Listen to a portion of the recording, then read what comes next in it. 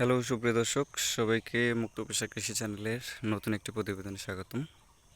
সুপ্রিয় দর্শক বন্ধু, আপনারা দেখতে পাচ্ছেন আমার সেই ধুন্দল গাছগুলি এখন কি সুন্দর হয়েছে এবং গাছে পর্যাপ্ত পরিমাণে ফুল জালি চলে এসছে।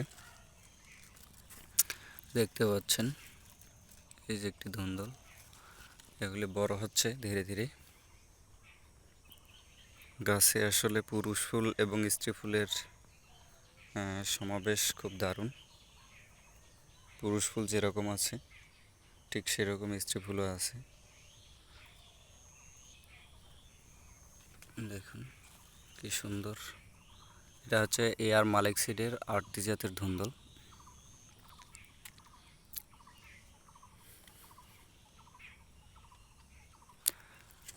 আমি জানি যে এই ধুন্দলগুলি আসলে সাইজে অনেক বড় হয় এবং প্রতিটির গড় ওজন প্রায় 400 থেকে 500 গ্রাম পর্যন্ত হয়ে থাকে।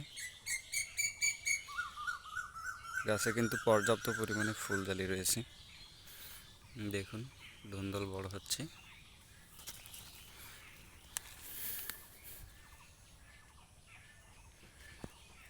আমি আগে কয়েকবার বলেছি আসলে আমাকে বাড়ি থেকে লাগাতে নিষেধ করছিল ধুন্দল।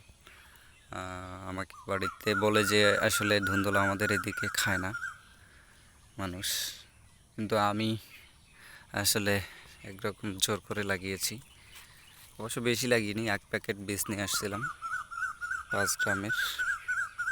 সেখানে 40-50টা বীজ ছিল, তার মধ্যে আমার গাছ হয়েছে 20 থেকে 25টার মতো। এখান থেকে আসলে যতগুলি ধুন্দল পাবো আশা করি এগুলি আমাদের ফ্যামিলির চাহিদা পূরণের পাশাপাশি আমরা বিক্রিও করতে পারবো এখান থেকে।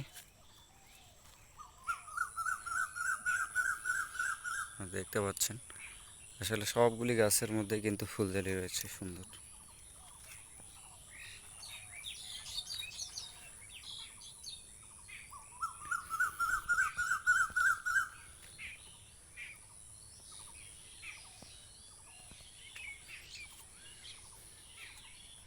তো এই হলো আমার ধুন্দল ক্ষেতের অবস্থা।